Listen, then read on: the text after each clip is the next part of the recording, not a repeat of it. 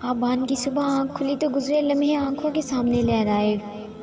فوراً اٹھ کر بیٹھتے اس نے اپنے دماغ میں اٹھتی ٹھیسوں کے باعث اپنی کنپٹیوں کو سہلایا۔ میرے خدایا، ایسا نہیں ہو سکتا، یہ میں نے کیا کر دیا؟ میں کیسے بہک گیا؟ میں مزنہ کو کیا جواب دوں گا؟ نورالعین میں اس کا سامنا کیسے کروں گا؟ اپنی آنکھیں میچتے اس نے رب سے دعا کی کہ کاش یہ ایک برا خواب ہو، لیکن حقیقت کو کب تک جھٹلاتا۔ آنکھیں کھول کر اپنے ارد گرد کا جائزہ لیا۔ ملجگی اندھیرے کے سوا کچھ نظر نہیں آ رہا تھا۔ اپنے اوپر سے کمبل دور پھینکتے ہوئے وہ اٹھتا فریش ہونے چلا گیا۔ لاؤنج میں آ کر سب کے درمیان میں بیٹھا تو بے اختیار نظر اسے تلاش کرنے لگی تھی۔ دل ملامت کر رہا تھا اپنی حرکت پر، لیکن دماغ کہہ رہا تھا کوئی بات نہیں، یہ تمہارا حق تھا۔ عجیب بے چینی نے اسے آن گھیرا تھا۔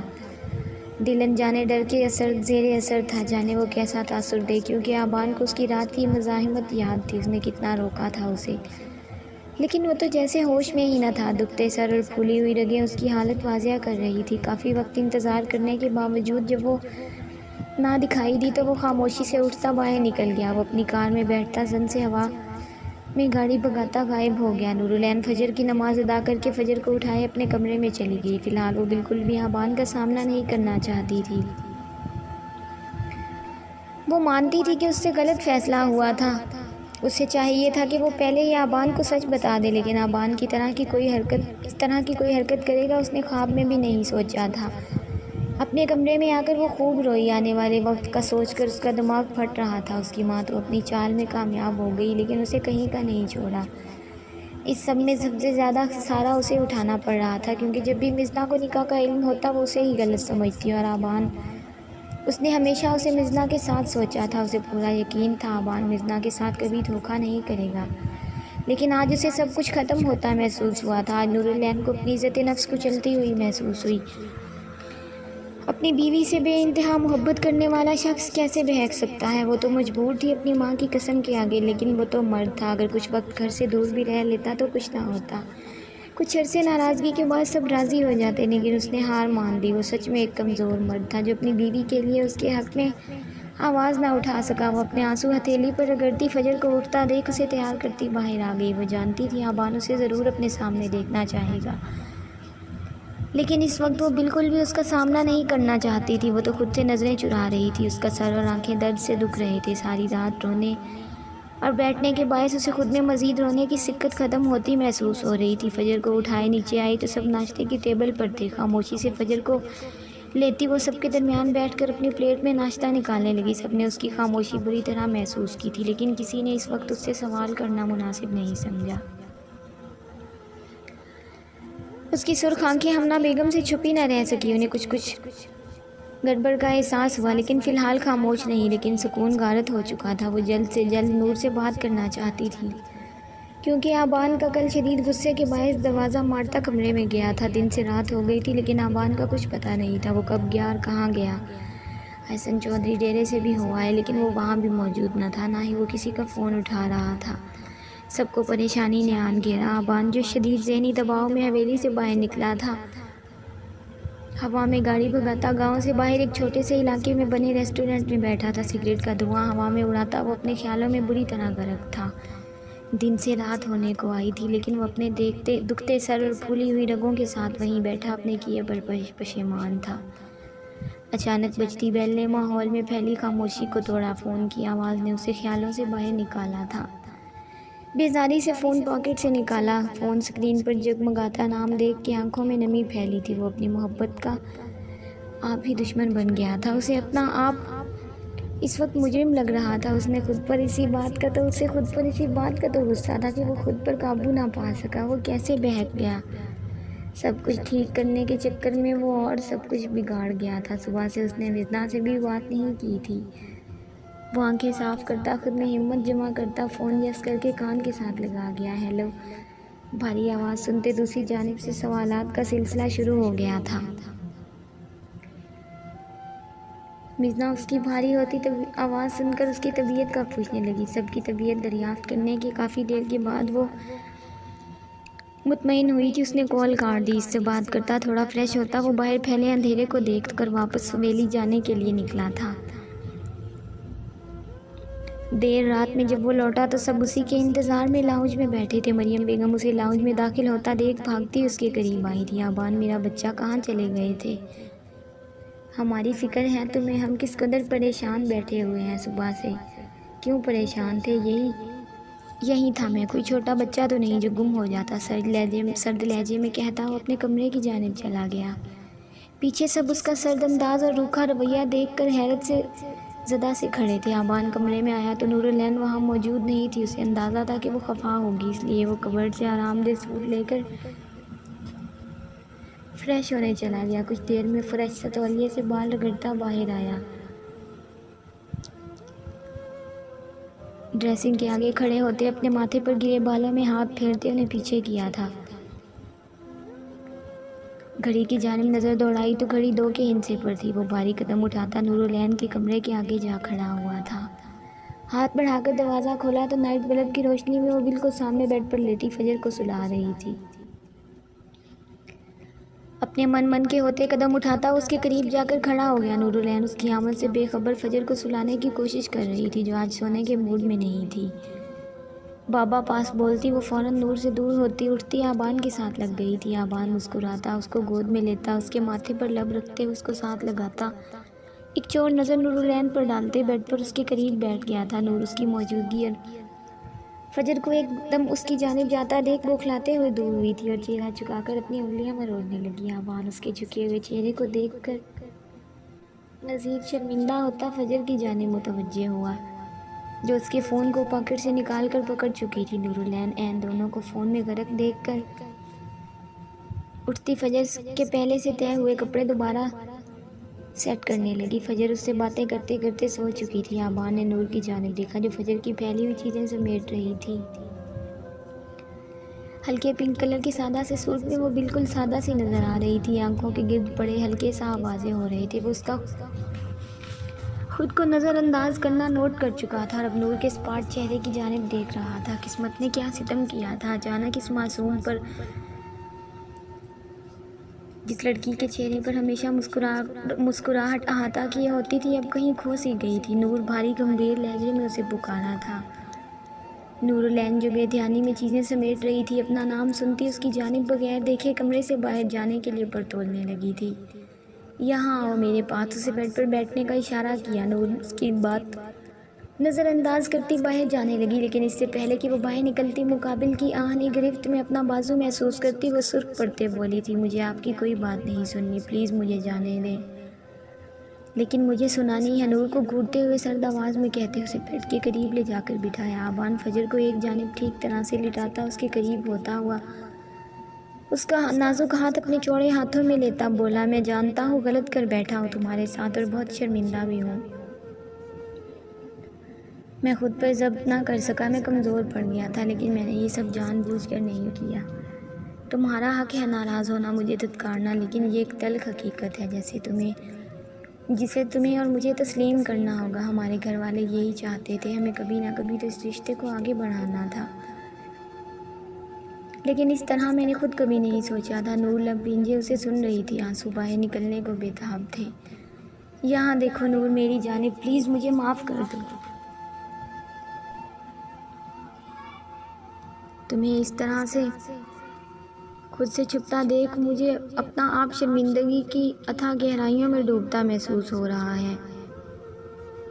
سب چاہتے ہیں کہ انہیں اس حویلی میں پہلے جیسی رونق و خوشیاں نظر آئیں، سب پہلے والی نور کو واپس چاہتے ہیں، نہ کہ یہ نور۔ میں جانتا ہوں کہ حالات پہلے جیسے نہیں رہے، لیکن مشکل حالات بھی تو انسانوں پر ہی آتے ہیں جن کا ہمیں سامنا کرنا پڑتا ہے۔ اس طرح ہمت نہیں ہارنی چاہیے۔ آپ جانتی ہیں جب بھی جان چاچی سب آپ کو یوں خاموش ان ہلکے بند رنگ لباسوں میں دیکھتے ہیں تو ان پر کیا بیتتی ہے، انہیں کتنی تکلیف ہوتی ہے۔ مرنے والوں کی وجہ سے ہم زندہ کو تو تکلیف نہیں دے سکتے۔ وہ بے حد دھیمے نرم لہجے میں اسے سمجھا رہا تھا۔ نور العین آنسوؤں سے تر چہرے سے اس کی جانب دیکھ رہی تھی۔ مرنے والوں کے ساتھ مرا کیوں نہیں جاتا آبان؟ میں بھی آہل کے ساتھ مر جاتی تو زیادہ بہتر تھا۔ یہ اذیت ناقابل برداشت ہے۔ میں تھک چکی ہوں آبان، میں تھک گئی ہوں، میں ٹوٹ گئی ہوں۔ میں کیسے پہلے والی نور بن جاؤں؟ میرے چہرے پر مسکراہٹ لانے والا تو منو مٹی تلے جا سویا ہے۔ میں کیسے خوش ہوں؟ اور کہتے پھوٹ پھوٹ کر رو دی تھی۔ آبان لب بھینجتا دکھی دل کے ساتھ اسے ساتھ لگا گیا۔ زندگی اسی کا نام ہے نور، کسی کے ساتھ بھی مرا نہیں جاتا، ہمیں یہ سمجھنا ہوگا۔ اور ہم سب ہیں نا تمہارے پاس، آپ سب کی وجہ سے ہی تو سب غلط ہوا ہے۔ پہلے میری ماں نے زبردستی نکاح کروا دیا اور آپ نے زبردستی رشتہ جوڑ لیا۔ میں کہاں ہوں اس سب میں، میری مرضی کسی کے سامنے میں نہیں رکھتی۔ وہ ہذیانی انداز میں چیخی۔ آبان آگے کھولتا، اسے ساتھ لگاتا، خاموش کروانے لگا تھا۔ کچھ ہی دیر میں اس کی بھاری ہوتی سانسوں کی آواز اس کی نیند میں جانے کا پتہ دے رہی تھی۔ نورالعین فجر کے لیے فرائض بنا رہی تھی جب ملازمہ نے آ کر اسے آبان کا حکم سنایا۔ باجی چھوٹے سرکار کا پیغام آیا ہے کہ آپ اور فجر تیار رہیں، وہ کچھ دیر میں آپ کو لینے آ رہے ہیں۔ نورالعین نے چونکتے اس کی جانب سوالیہ نگاہوں سے دیکھا۔ وہ جی حافظ آیا تھا ڈیرے سے ان کا پیغام لینے۔ نورالعین سر ہلاتی فرائض پلیٹ میں نکالنے لگی۔ اس کا کوئی ارادہ نہیں تھا آبان کے ساتھ کہیں جانے کا، اس لیے اس کی بات کو نظر انداز کرتی وہ فجر کو ساتھ لیتی لاؤنج میں بیٹھ گئی۔ آبان جب حویلی آیا تو اسے لاؤنج میں انہی کپڑوں میں دیکھ شدید غصہ آیا تھا۔ مٹھیاں بھینجتا وہ سخت نظروں سے اسے دیکھتا، کمرے میں آنے کا حکم سناتا، لمبے لمبے ڈگ بھرتا چلا گیا۔ نورالعین اس کی سخت تاثرات دیکھ کر اندر تک کانپ گئی تھی۔ اس کی سخت نظروں سے اسے اپنی روح فنا ہوتی محسوس ہوئی۔ لیکن جانا تو تھا، اس لیے فجر کو لیتی کمرے کے باہر تذبذب کا شکار ہوتی کھڑی تھی جب اندر سے اس کی سرسراتی ہوئی آواز آئی، سارا دن وہیں کھڑے رہنے کا ارادہ ہے یا اندر آؤ گی؟ اس کی سخت آواز سنتی وہ اچھلتی دروازہ کھول کر جلدی سے اندر داخل ہوئی۔ آبان اسے وہیں کھڑے دیکھ بولا تھا، اب کیا وہیں جم گئی ہو؟ جلدی یہاں آؤ۔ وہ فجر کا ہاتھ تھامے اس کے قریب جا کر کھڑی ہو گئی۔ آبان نے ایک نظر اسے دیکھ کر فجر کو گود میں لیا۔ جب میں نے کہا تھا تیار رہنا تو کیا وجہ ہے حکم عدولی کرنے کی؟ وہ میں فجر کو کھانا کھلا رہی تھی، اس نے دیر کروا دی۔ اس نے اپنے خشک پڑتے ہونٹوں پر زبان پھیرتے اسے بہانا گھڑا تھا، ہم جلدی سے فجر کو بھی تیار کر دو، اور خود بھی شاپنگ پر جا رہے ہیں ہم۔ فجر کو لیتا بیڈ پر بیٹھتا اپنا حکم سنا رہا تھا، فون میں کچھ دیکھنے لگا تھا۔ میں کہہ رہی تھی مجھے شاپنگ کی ضرورت نہیں ہے، میرے پاس پہلے ہی بہت ڈریسز ہیں۔ انگلیاں مروڑتی وہ سر جھکا کر ہلکا سا منمنائی، میں نے پوچھا نہیں ہے بس بتایا ہے، فوراً تیار ہو کر باہر آؤ۔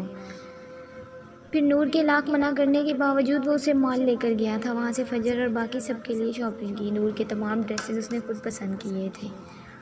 فجر کی شرارتوں میں وقت کے گزرنے کا پتہ ہی نہ چلا۔ نورالعین اور فجر کی شرارتوں میں اس نے یہ ایک ہفتہ بہت خوبصورت گزارا تھا۔ فجر کی شرارتوں میں یہ دن بہت حسین گزرے، ان کی زندگیاں دوبارہ اپنی ڈگر پر آ رہی تھی۔ حویلی میں سب خوش رہنے لگے تھے۔ اس ایک ہفتے میں اس نے حسن صاحب کے ساتھ زمینوں اور پنچایت کے بہت سے معاملات حل کیے تھے۔ اس سب میں وہ مزنہ سے بالکل لاپرواہ ہو چکا تھا۔ مزنہ سے اس کی کال پر بات ہو جاتی، لیکن بس حال احوال پوچھ کر وہ فون بند کر دیتا۔ وہ بھی اس کی مصروفیات کا خیال کرتی، اسے زیادہ ڈسٹرب نہ کرتی، لیکن اب چونکہ اسے ایک ہفتہ یہاں آئے ہو گیا تھا، کچھ اس کی طبیعت بھی ٹھیک نہیں تھی۔ وہ خود تو مزنہ سے کم ہی بات کرتا کیونکہ وہ بار بار اسے جھوٹ نہیں بول سکتا تھا، اس لیے ملازمہ سے فون پر رابطہ رکھا ہوا تھا جو اسے ایک ایک پل کی خبر دیتی تھی۔ اس سے ہی آبان کو اس کی طبیعت خرابی کا علم ہوا تھا۔ مزنہ نے اس کی مصروفیات کا خیال کرتے اسے کچھ نہ بتایا۔ دن میں آبان نے اسے فون کر کے اس کی خیریت دریافت کی تھی، لیکن اس نے سب ٹھیک ہے کہہ کر اسے سب کا خیال رکھنے کا کہتے فون بند کر دیا۔ آبان اس کے جلدی سے فون رکھنے سے پریشان ہوا تھا، کچھ اس کی آواز میں بھی کافی بھاری محسوس ہو رہی تھی، لیکن اس نے یہ کہہ کر فون بند کر دیا کہ اسے نیند آ رہی ہے، اس وجہ سے اس کی آواز بھاری ہو رہی ہے۔ اس نے مزنہ کا اتنی جلدی فون بند کرنا کچھ کھٹکا تھا، اسی لیے فوراً ملازمہ کو کال کی۔ دوسری جانب سے فون اٹھایا گیا تو اس نے مزنہ کی طبیعت کا پوچھا۔ ملازمہ سے اسے جو خبر ملی وہ اسے بے چین کر گئی تھی۔ صاحب جی باجی کی طبیعت صبح سے بہت خراب ہے، بار بار الٹیاں کر رہی ہیں، میں نے کہا بھی تھا کہ آپ کو فون کر کے بتاتی ہوں لیکن انہوں نے منع کر دیا۔ ملازمہ اسے ساری بات بتاتی خاموش ہو گئی، جیسے سارا قصور اسی کا ہو۔ ڈیم اٹ، کہا بھی تھا اس کی پل پل کی خبر مجھے دینا، تم مجھے اب بتا رہی ہو؟ وہ غصے اور اشتعال سے اس پر دھاڑا۔ وہ صاحب جی میں کیا کرتی، میم صاحبہ نے منع کیا تھا۔ وہ خوف سے بس اتنا ہی بول پائے، جسٹ شٹ یور ماؤتھ، تم لوگوں کو میں آ کر بتاتا ہوں، مفت کی روٹیاں توڑنے کے لیے نہیں رکھا ہوا میں نے سب کو۔ اشتعال انگیز لہجے میں وہ گرایا اور فون بند کر دیا تھا۔ آبان کو اپنی جان نکلتی ہوئی محسوس ہوئی، کچھ پہلے ہی وہ اس سے اتنی دور تھا اور اب اس کی خراب طبیعت اسے مزید انگاروں پر لوٹ آ گئی تھی۔ اس نے اپنی لہو ہوتی آنکھوں کے ساتھ اپنے اندر اٹھتی تکلیف کو نظر انداز کرتے کسی کو فون ملایا۔ وہ اپنی لاپرواہی پر شرمندہ ہوتا، خود کو پرسکون کرتا، دوبارہ ملازمہ کو کال ملاتا، بولا تھا جب تک میں نہیں آتا اس کے قریب بیٹھی رہنا، اس کا خیال رکھنا۔ ملازمہ اس کی آمد کا سوچتی خوف سے کانپتی مزنہ کے کمرے میں جانے لگی۔ وہ جلدی سے اپنی ضروری چیزیں لیتا باہر نکلنے لگا تھا۔ اسے یوں عجلت میں نکلتا دیکھ نور العین پریشان ہوتی اس کے پیچھے آئی۔ آپ کہاں جا رہے ہیں؟ اس وقت وہ جو سیڑھیاں جلدی میں عبور کر رہا تھا اس کی بات سنتا رکا۔ اسلام آباد جا رہا ہوں، مزنہ کی طبیعت بہت خراب ہے، ملازمہ نے ابھی فون کر کے اطلاع دی ہے۔ وہ چہرے پر چٹانوں جیسی سختی لیے کہتا جانے لگا۔ اس وقت کیسے جائے گی؟ نور العین وقت دیکھتی بولی۔ اس وقت کیسے جائیں گے؟ گھڑی اس وقت 12 بجا رہی تھی، میرا مطلب ہے جاتے ہوئے بھی کافی وقت لگ جانا ہے۔ نور خود بھی اس کی طبیعت کا سن کر پریشان ہوتی بولی، لیکن میرا جانا ضروری ہے، سب تقریباً سو چکے ہیں، تم صبح انہیں بتا دینا، اب مجھے جانا ہوگا۔ پتہ نہیں وہ کس حال میں ہوگی، کہتا وہ عجلت میں نکل گیا۔ نور العین اسے جاتا دیکھ رہی تھی۔ وہ اس وقت تمام باتوں کو پسے پشت ڈالتے بس اس کی فکر میں گھلا جا رہا تھا۔ اس کی آنکھوں سے اوجھل ہونے تک نور کھڑی اسے دیکھتی رہی۔ آنکھوں میں ہلکی نمی لیے وہ اپنے کمرے میں داخل ہوئی۔ فجر بیڈ پر لیٹی سو رہی تھی۔ وہ قریب آتی اس کے ماتھے پر لب رکھتی دور ہوئی۔ اسے اب نیند کب آنی تھی؟ کچھ مزنہ کے لیے خود بھی وہ کافی حد تک پریشان تھی۔ وہ نڈال سے بیسن کو تھامتے مشکل سے اپنی کانپتی ٹانگوں پر کھڑی تھی۔ مسلسل آتی کہہ نے اس کی سرخ و سفید رنگت کو ایک دن میں زرد کر دیا تھا۔ وہ صبح ڈاکٹر سے میڈیسن لے کر آئی تھی لیکن طبیعت میں خاص فرق محسوس نہ ہوا۔ آبان کو اس نے طبیعت خرابی کا بتانے سے منع کیا تھا کہ وہ بیچارہ حویلی کے معاملات میں مصروف ہوگا، ایسے میں اس کی خراب طبیعت کا جان کر متفکر ہو جائے گا۔ 2 دن پہلے اس نے اپنی دوستوں کے ساتھ گیٹ ٹو گیدر رکھا ہوا تھا۔ تقریباً 2 سال بعد وہ ان دونوں سے ملی تھی۔ وہ دونوں ہی بزنس وومن تھی۔ ان کے ساتھ باتوں کے دوران کافی وقت بیت گیا۔ گھر آتے اسے رات ہو گئی تھی۔ رات میں دھند اور ٹھنڈ بہت شدید تھی۔ اس کو اندازہ نہیں تھا کہ ٹھنڈ اتنی بڑھ جائے گی۔ اس نے کھلے سے لانگ فراک پر ویلوٹ کی شال اپنے گرد پھیلائی ہوئی تھی۔ وہ جانتی تھی کچھ غلطی اس کی اپنی تھی جو ٹھنڈ میں باہر نکلی۔ ثنایا بیگم سے تو وہ خوب ڈانٹ سن چکی تھی، اس لیے ملازمہ کو آبان کو بتانے سے منع کر دیا۔ لیکن اب اس کی حالت زیادہ خراب ہوتی جا رہی تھی۔ سارے دن کی وہ بستر پر لیٹی رہی، جو بھی تھوڑا بہت کھاتی نکل جاتا۔ اب بھی ملازمہ نے زبردستی اسے قہوہ پلایا تھا، لیکن کچھ وقت بعد ہی وہ منہ پر ہاتھ رکھتی واش بیسن پر جھکی ہوئی تھی۔ مشکل سے اپنے کانپتے وجود کو گھسیٹتے وہ بیڈ تک پہنچی تھی کہ پاؤں مڑنے سے منہ کے بل گرنے لگی۔ ملازمہ آبان کا فون بند ہوتے اس کا حکم سنتی تیزی سے مزنہ کے کمرے میں داخل ہوئی۔ مزنہ کو گرتے دیکھ اس نے جلدی سے اسے تھاما تھا۔ مزنہ جو چیختی آنکھیں میچ گئی تھی، خود کو کسی کے سہارے کھڑا پا کر آنکھیں کھولی۔ میم صاحب آپ ٹھیک تو ہیں؟ وہ پریشانی سے اسے دیکھتی استفسار کرنے لگی تھی۔ مزنہ اپنے دل پر ہاتھ رکھتی تیز چلتی سانسوں پر قابو پاتے اس کے سہارے بیڈ پر بیٹھتی، آنکھوں میں نمی لیے سر کو جنبش دیتی آنکھیں میچ گئی۔ اگر وہ گر جاتی تو آگے کی سوچ بھی بھیانک تھی۔ ملازمہ نے اسے ٹرانس کی کیفیت میں بیٹھے دیکھ اس کے آگے پانی کا گلاس کیا تھا، جسے وہ تھامتے ایک ہی سانس میں ختم کر گئی اور وہیں بیڈ پر تکیے کا سہارا لیتی لیٹ کر آنکھیں موند گئی تھی۔ جاری ہے دوستوں، امید ہے آپ کو ویڈیو پسند آئے گی۔ اگر آپ میرے چینل پر نئے ہیں تو چینل کو سبسکرائب کریں اور ساتھ میں لگے گھنٹی کے بٹن کو ضرور دبائیں، اور ویڈیو اچھی لگے تو اسے لائک اور اپنے دوستوں کے ساتھ شیئر بھی لازمی کیا کریں۔ ملتے ہیں نیکسٹ ایپیسوڈ میں، تب تک کے لیے اپنا خیال رکھیں اور دعاؤں میں یاد رکھیں۔ اللہ حافظ۔